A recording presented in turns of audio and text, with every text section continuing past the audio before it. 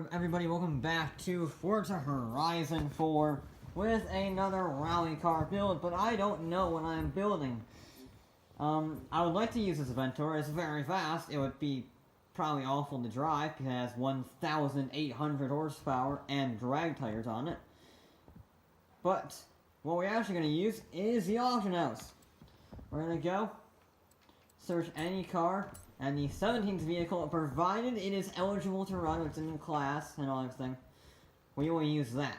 And it's not going to be crazy expensive. I do have a budget limit, even though I have $10.8 million, but still, budget limit must be within the class. So 1, 2, 3, 4,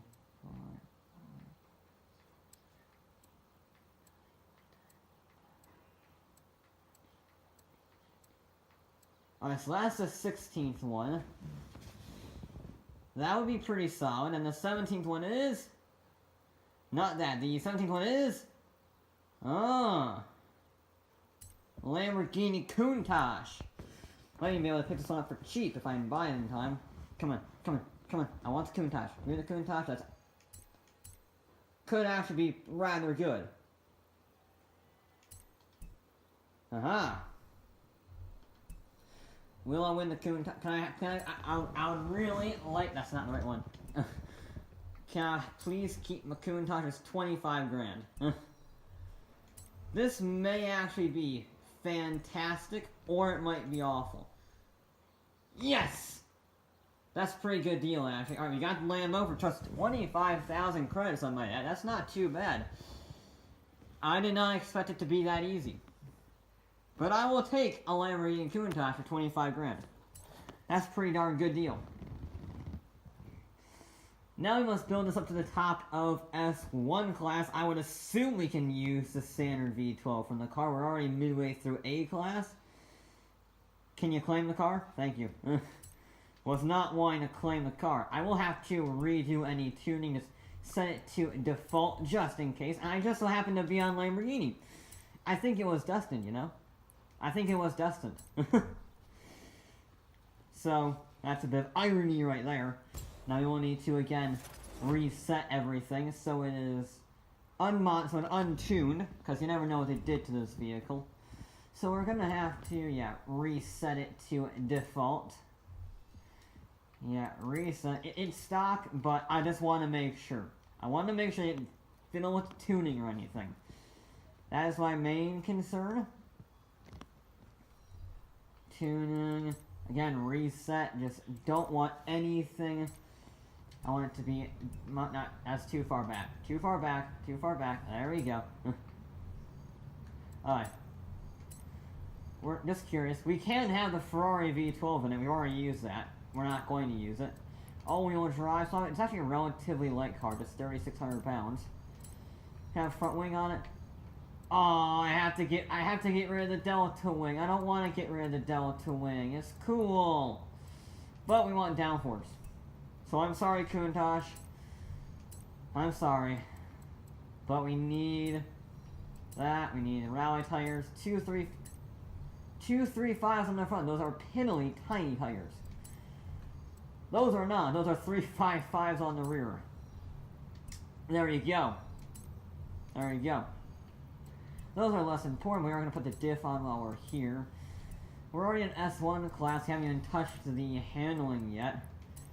This will be interesting. It might be a compromise. It might not be a compromise. I am being photobombed by some flowers. Thank you very much. Can you stop? Okay. I guess we're just going to look at terrible flowers. There you go. The camera moves. Interesting. 2,800 pounds, not too shabby. I want to try and keep this thing naturally aspirated for sake of V12 glory. You know? Naturally aspirated V12s. They don't make very many of those anymore. I think the 812 Superfast and the Lamborghini Aventador are the last naturally aspirated V12s. And unfortunately, this is not going to get to the top of the class without a power adder of some kind, unfortunately. Which is a bit sad. I want my naturally aspirated V12. So let's stick a few turbos on there. This engine isn't actually very powerful. There we go. It's getting up there. Come on. Maybe. Maybe. We're really pushing it. Come on. You've got to be kidding me. Can I add anything here? Anything at all? I mean, it's only 1 PI, but I want to get that 1 PI. Just, if nothing else, for aesthetic purposes. No, I think I've gotten everything. That's really annoying. That's really, really annoying.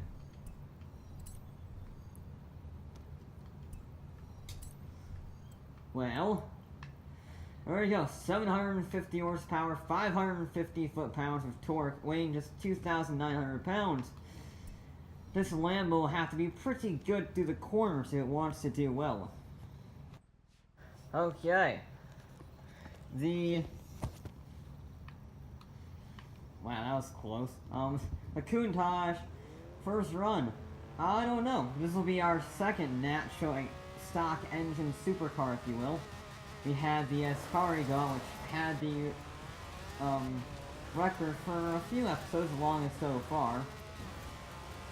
But I want to see if this can dethrone the mighty RX-7.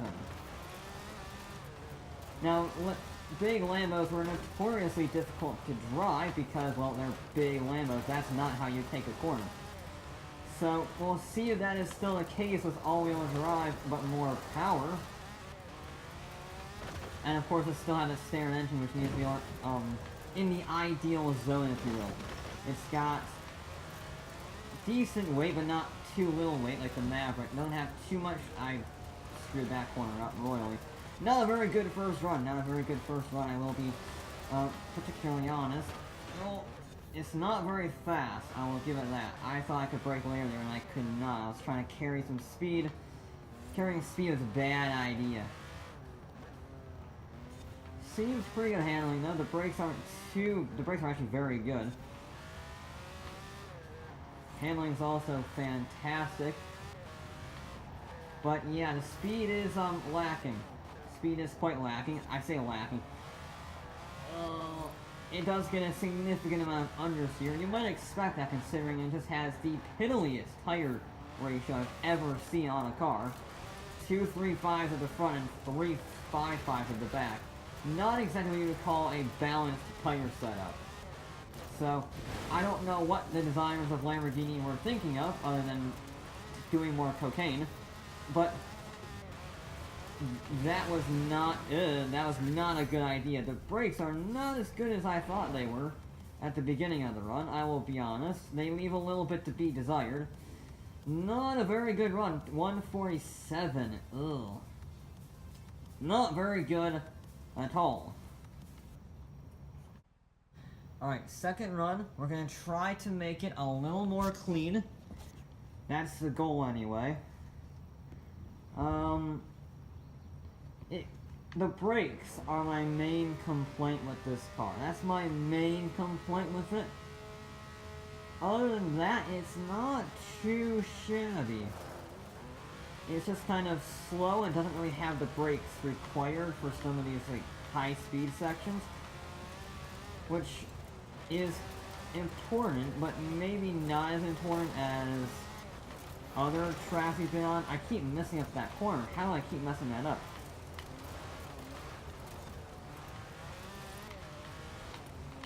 Come on, there we go. Cut the apex as much as possible without hitting the brick wall.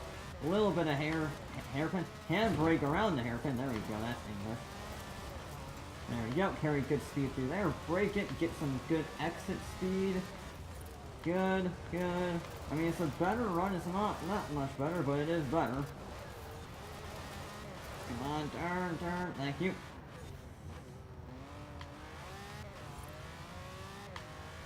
Alright, there we go.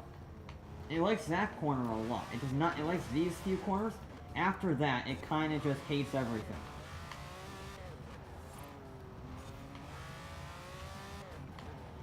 Come on. Better through there. Down the brakes early now.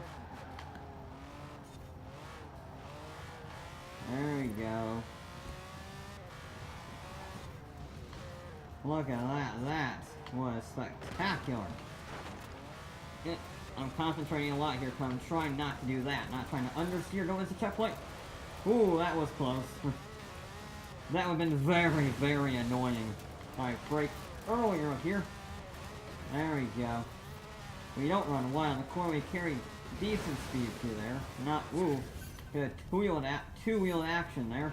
And across line is 2 seconds faster. But it is still a 145, which isn't bad, 145.1. Now, I think that might be enough for a top 3. It's very close between this and the Morgan, though. Very close indeed.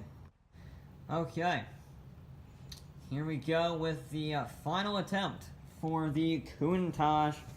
My goal is to simply drive it cleanly. If I can do that, we can definitely get into the 144s. Whether or not we're going to beat the Mazda, I have my significant doubts. But we shall see. Anything is possible in Horizon.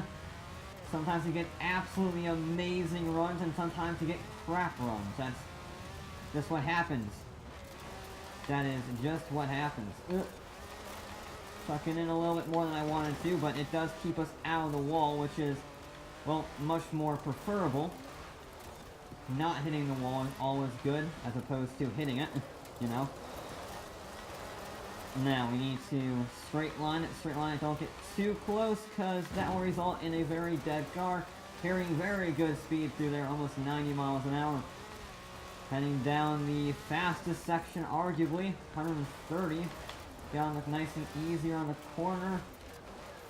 May use a little bit of handbrake just to help get the back end around. Brake early, turn in, get on the gas. Yeah, not too shabby. Late apex, I guess. There we go.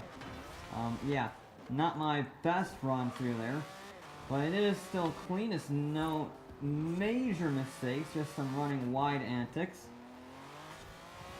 There we go. I am preferring late apexes on this corner, on this run right now, which, I mean, an apex is an apex, but maybe not the best use of this car, specifically.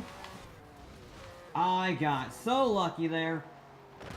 How is that possible? That was the closest we've ever gotten to missing that checkpoint. Oh my god, I think I might have clipped it with the mirror and nothing else. Because that was ridiculously close. Is it any faster? We shall see with the run to the line. And it is into the 144s. There we go. Fastest run of the day, 144.448. That's a lot of fours. But that is a very quick time. I think that will put us solidly into the top 3. Not bad, little car. And in fact, a 144.4 will put us into second place, 0.2 of a second faster than the Ascari's faster than the Tiburti Mustang.